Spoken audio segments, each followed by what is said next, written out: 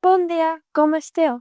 Hem tornat a l'escola després de les vacances de Nadal. Els Reis s'han portat bé amb vosaltres? Esperem que els temps també ho faci. Dilluns i dimarts farà sol, però dimecres, dijous i divendres plourà. El cap de setmana estarà ennuvolat.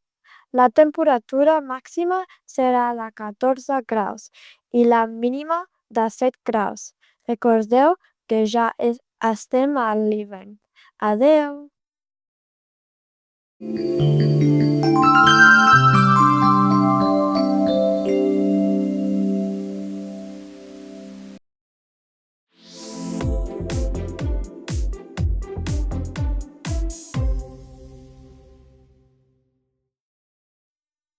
La Setmana dels Barbuts, segons la tradició catalana, és la que s'inclou entre els dies 15 i 22 de gener.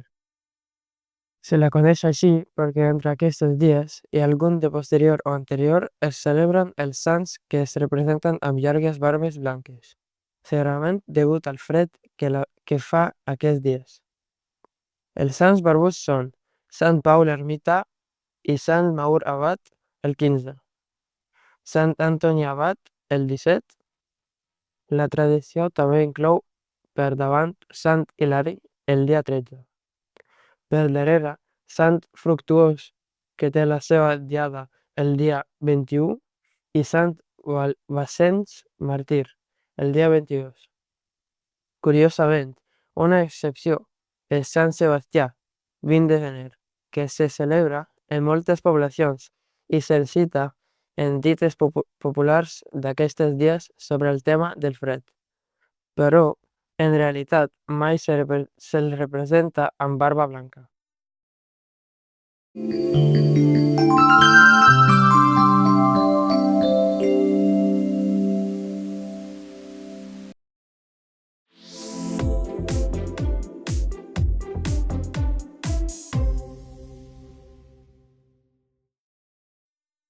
Hola, sóc el Nokvi, de tercer de primària i sóc d'Islàndia.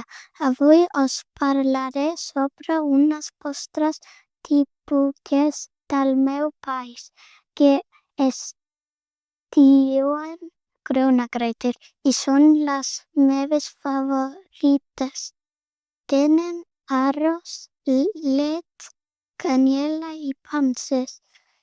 Són unes postres que es mengen calentes. Les pots comprar al supermercat.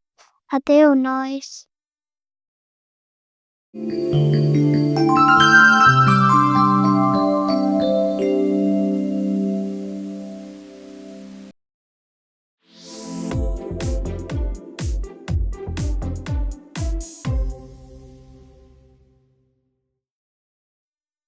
Sabeu que cada país té el seu dia de la mala sort? En la majoria de països anglosaxons se tracta del divendres 13, ja que combina dues supersticions. D'una banda, el número 13 maleït per ser el número dels comensals del Sant Sopa o el número dels genets de l'Apocalipsi, o també per ser el número de la mort en les cartes del tarot. I divendres, per altra banda, que era el dia en què es feien les execucions a Roma i per això se van seguir fent als Estats Units, o el dia en el qual històricament se situa l'execució dels temples. En el cas d'Espanya, Gràcia i molts països sud-americans s'adapta el 13 al dimarts, ja que és el dia en què va caure Constantinoble, o simplement pel nom del seu dia, martes o dimarts, que és el dia consagrat al déu Mart, déu de la guerra i el destrucció.